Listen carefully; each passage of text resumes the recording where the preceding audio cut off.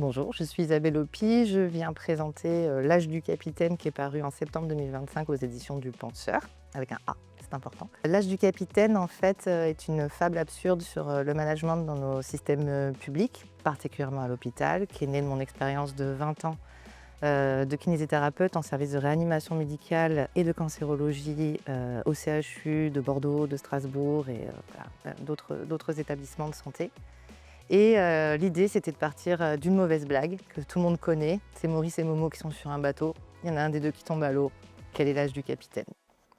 La visite se poursuivait selon le circuit officiel. Quelques photos pour la forme, sourire parfait du capitaine, toujours ravi de se mêler au plus près de ces matelots choisis au hasard par la sagacité de leurs supérieurs. Sourire parfait donc, qui donnait du courage, sans se réjouir, car le capitaine comprenait, oui, que c'était un métier difficile. Mais quel mérite et quel dévouement parmi ces hommes et ces femmes! Il ne fallait pas oublier que le capitaine sortait des plus belles écoles du pays. C'était lui aussi fait tout seul, sous le regard attendri de son père, qui ne lui avait jamais tenu rigueur pour l'hameçon dans l'oreille, et qui d'ailleurs était devenu directeur de son entreprise à force d'étudier l'effet Pinel.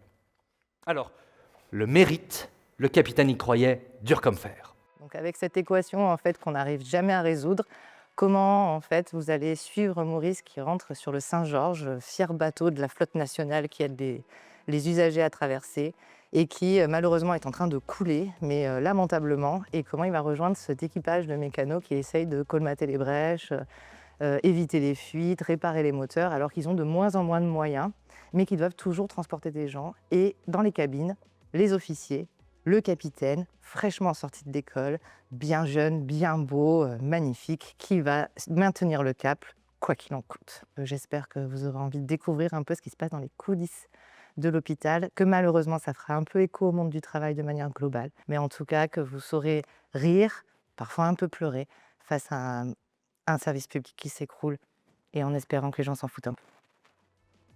Il fallait reconnaître au capitaine un certain sens de la formule. La superficie des cabines avait diminué de moitié et ressemblait à celle d'un placard. Il saluait le côté intimiste. Les cambuses avaient perdu un tiers de ses stocks de nourriture et devaient réduire les assiettes. Il félicitait un fonctionnement plus économe. Seuls 2 timoniers sur 4 se relayaient pour les manœuvres d'arrimage. Il applaudissait les compétences et la rareté d'une élite. La ventilation de la soute à charbon était en panne depuis des semaines. Il appréciait l'atmosphère chaleureuse. Et ainsi de suite.